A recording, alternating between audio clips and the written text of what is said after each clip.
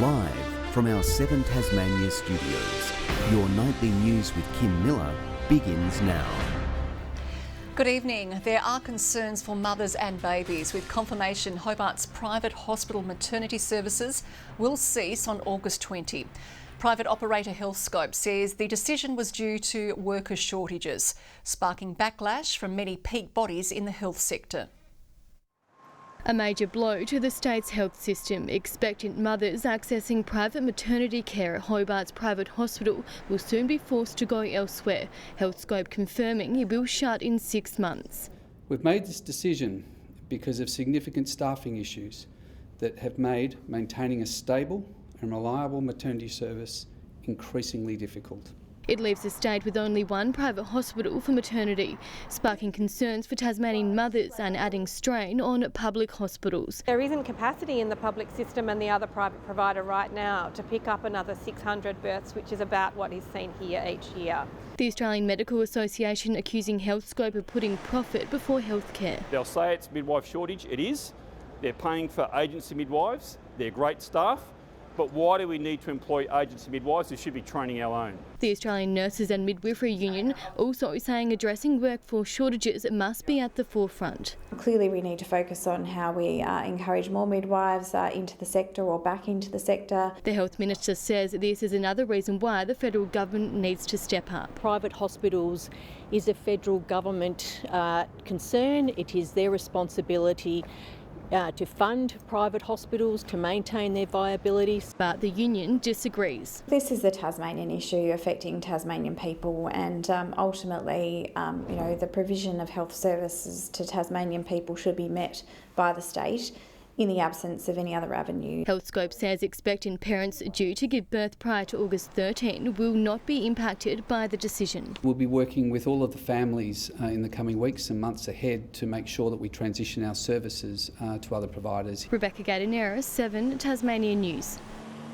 Parks and Wildlife staff have carried out the sombre task of euthanising the remaining whales from a pod of 157 which became stranded near Arthur River earlier this week. 25 of the false killer whales died overnight from natural causes, leaving 38 to be put down today. The focus now turning to disposing the carcasses, with the beach to remain closed for the time being. We understand the sensitivities of the area and we continue to work with the local Aboriginal community in determining the best method for carcass disposal. It may be a case of the carcasses remaining in situ on site for the immediate term. Post-mortem examinations will also be carried out to help scientists better understand why mass strandings occur.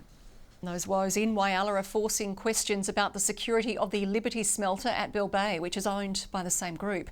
The Greens demanding assurances jobs will be protected here too if Bell Bay follows a similar path as its sister site.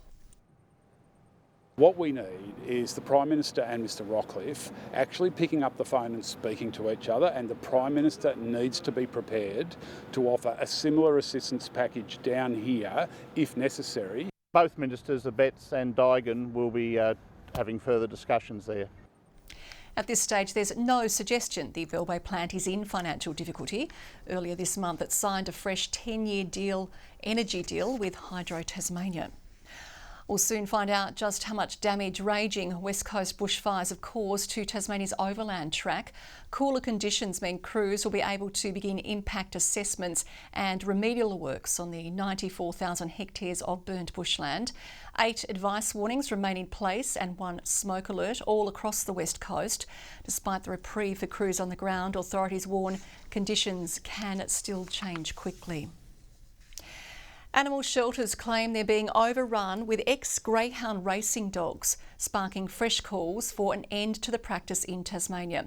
Tas Racing maintains it's doing the right thing, but foster carers say the cruelty won't stop until the industry is abolished.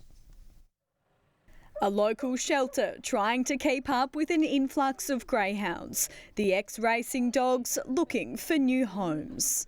We've probably seen about a dozen or more come in over the last few months. We've still got 10 here. It costs about $60 a day to house just one dog, with most staying for 6 months. Food, dental and vaccination costs stack up quick.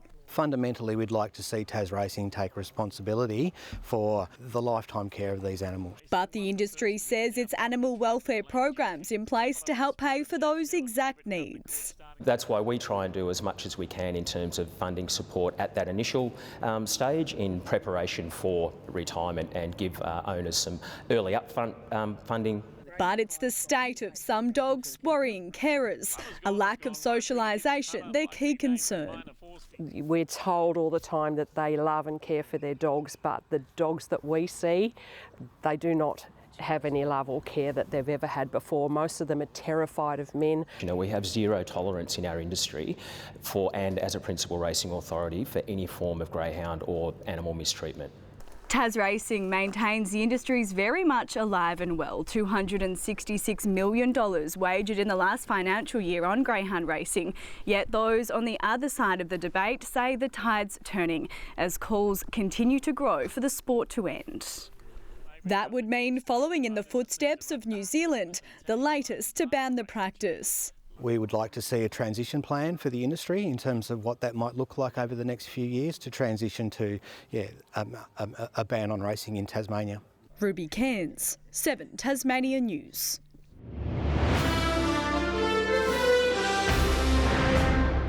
"13 overhead traffic signs sitting blank across Greater Hobart are a waste of $22 million in taxpayer funds, according to Labor.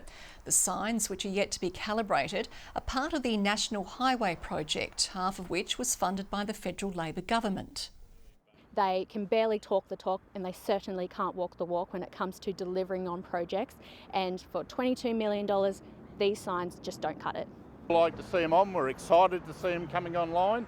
But at this stage, they were just working through the calibration of those units. Even once lit up, the opposition says they have limited benefits, with real-time traffic information available on most smartphones. The Capybara family is busy stealing hearts on the northwest after welcoming 4 new additions earlier this month. The quadruplets wasting no time showing each other who's boss ahead of their public debut in coming weeks. At 2 weeks old, there's plenty of fuss around these quadruplets, but the awesome foursome isn't too phased. A little bit of cheekiness coming through, sort of a little bit more running around and jumping. First-time mum Pina Colada swapping the cocktails for motherhood. Pina Colada's doing really well. I think she was a little bit sort of nervous at first, obviously first-time mum and having 4, but she settled into it beautifully. And proud dad Greg is taking parenting in his stride. The herd busy settling into life as a family of 6. He is very good with the kids. He does hang out with them and sit next to and relax. The adorable rivals also a capybara first for Wings Wildlife Park. We're all equally excited and over the moon about having these beautiful little arrivals. They're very cute. The quads will spend the next few weeks in the maternity wing before stepping into the big wide world. People will be able to go in and actually get up close, go into their enclosure and hand feed them some delicious bamboo, one of their favourite snacks at the moment.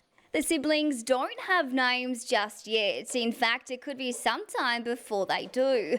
Keepers won't know their gender until they're around 18 months old, but when it's time, there's every chance the cocktail theme could stick around. Maybe a few cocktail names might sneak through. Yeah, we're not sure just yet. Cheers to that. Victoria Risto, 7 Tasmanian News. A delicate rescue operation was carried out in front of onlookers in Launceston late yesterday after a man fell at the Cataract Gorge suffering serious injuries. The 48-year-old was discovered 30 metres below a rock ledge on a steep embankment near the zigzag track. Police and Tamar Sea Rescue worked to retrieve the man before he was flown to the Royal Hobart Hospital. Tasmania seems to be in the midst of a construction boom, at least according to the government. Our state's proposed infrastructure pipeline is set to surpass $30 billion over the next decade. The government citing over 400 active projects, each valued at over $5 million. They include Marinus Link, the Robbins Island Wind Farm and Tasmania's largest, the Bridgewater Bridge. $9.6 billion is in the northwest. 7.8 billion is in the north and about 9.8 billion is in Hobart, with 3.6 billion being right across the state. Their track record of delivering on projects is abysmal, and I will say it when we see it. Training the next generation of trainees is a key focus to ensure projects get off the ground. The long history of Longford's racecourse is now on show with a brand new history board. Established in 1846, Longford still holds its annual New Year's Day race meeting, making it Australia's oldest racetrack still in operation. The board is a nod to the people and horses who've contributed to the vibrant story over almost 180 years, including local legend Jim Osborne, who saved the track and its grandstand. We're hoping that this board will continue and grow, because this is just a fraction of the people, the characters that have been involved in Longford racing over the years. We wanted to make sure that the Longford racetrack and its history never got lost. The board is complemented by a picnic area with seats and gardens, thanks to the local Rotary Club and Council.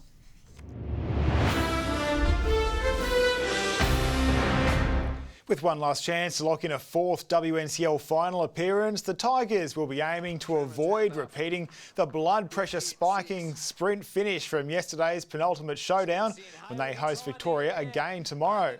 Luckily, when it all came down to the final ball, Amy Smith kept cool, calm and collected. Just bowl my best ball really. I think, I like the pressure. I feel like it makes things a lot clearer what you have to do.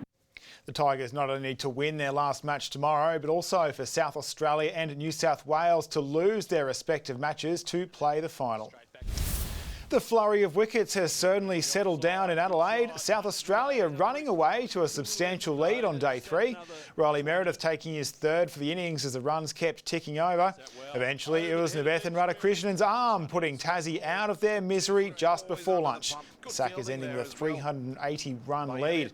It's also him leading the way with the bat right now, notching his half-century just before stumps tonight. The Tigers have a very doable 217 runs still to get on the final day, with 7 wickets in hand. Hobart's Campbell Logan is looking right at home in front of his new Super 2 livery at today's Walkinshaw Andretti team launch, going around for another season beginning tomorrow at the Sydney 500. This year will be different for the young driver as the format returns to Symmons Plains after an extended absence. The dream run is over for Hobart teen Alicia Dale at the Burnie International, unable to repeat yesterday's incredible upset against the top seed. But she still put up a valiant effort against Japan's Ayumi Kushishi, losing 7-5, 6-4. After capitalising on a rare home court opening round advantage at the Silver Dome, the Cavaliers are making moves to continue their undefeated run through to Saturday. Hoping a mix of fresh blood and experienced heads will hold them in good stead this season. Even though our side's quite young in terms of the defensive end, I don't believe that their age at all reflects how they play netball. I think that they're a really mature, the brand that they put out is certainly mature. They host the South East Suns Saturday evening. And a mixed bag of results from the Tridents up in Moama today, finally falling on the right side of a tie-break result against Melbourne Extreme, but they struggled in their 3 earlier matches and then got off to a strong start in this evening's roll against Adelaide before falling 1-0 in yet another tie-break. They're now 6 wins from 20. And Kim, that's tonight in sport. Okay, thank you, Nick. Well, after the break, Murph will join us with your local weather forecast.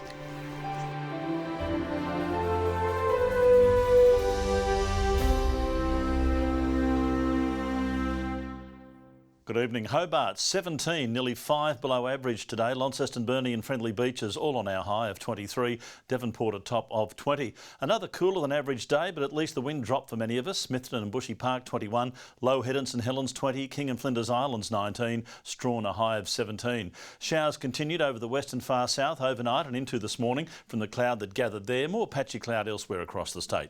Coastal and inland parts of New South Wales, Queensland and the top end had thunderstorms about. More cloud over and to the south of WA. Tomorrow, the high to our northeast extends a ridge our way, a low and associated cold front are further west, and a hook-like trough sits over central Australia. Variable winds around the coastline and just at 5 to 15 knots, lighter over the inland lakes.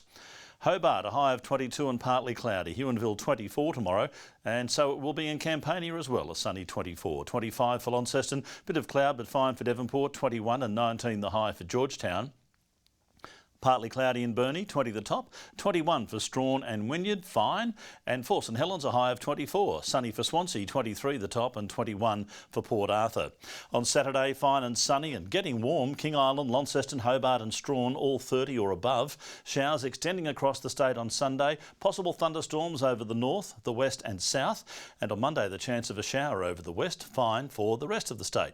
Possible shower in Perth, a sunny 33 in Adelaide, 32 on a sunny day in Melbourne as well. Just a shower or two in Sydney and Brisbane tomorrow. It's partly cloudy in Hobart right now, 19 degrees. Clear in Launceston, currently 19 as well. And Devonport currently 18 degrees. Kim, we'll leave the weather there. Wraps up tonight's bulletin. We'll have news, sport and weather updates throughout the night. Thanks for joining us. Now it's good night.